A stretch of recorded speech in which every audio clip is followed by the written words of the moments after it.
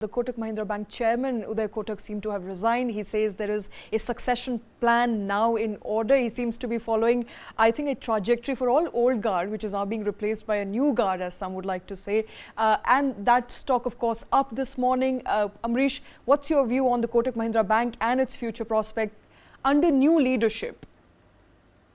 I was a bit surprised when I saw the stock moving up today, despite Uday Kotak stepping down nearly 4 months in advance. He was supposed to step down by 31st December.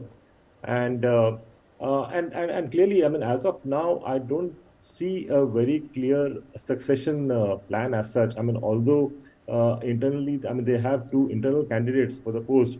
But then when you look at RBI, they've clearly been mentioning that it should be an outside candidate.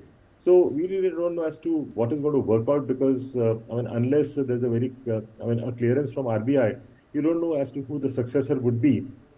At the same time, if it's going to be internal candidate, we should remember that most of these people have been there with the bank for the last 2 to 3 decades, which is quite positive, no doubt. But then most of them are close to the retirement age.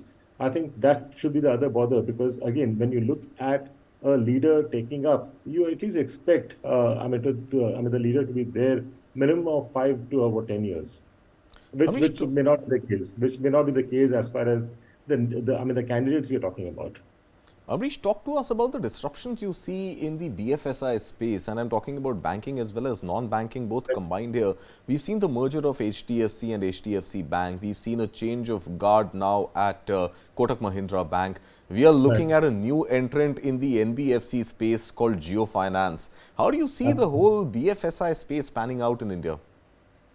I think there'll be much more disruption in the NBFC space as compared to the banking space because in the banking space, we have already seen a decent amount of consolidation. So I don't see much of a change as far as the banking space is concerned. But when you talk of the NBFC space, I think there'll be a major disruption, especially from Jio. I mean, the new kid on the block. Basically, because I mean, the group has deep pockets, and I think the most important other thing is the data and the reach which the Reliance Group has, both via the telecom as well as the retail. So I think I mean they would come up with products which can disrupt the markets, and exactly what we have seen Bajaj Finance doing in the last about a decade.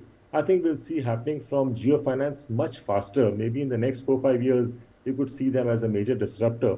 And I think the main sufferer here could be Bajaj Finance, which has been enjoying that huge premium because of what they did in the last 10 years. But then I think that's one stock to be looked for as to how that reacts. But as far as Jio Finance is concerned, I would be quite positive.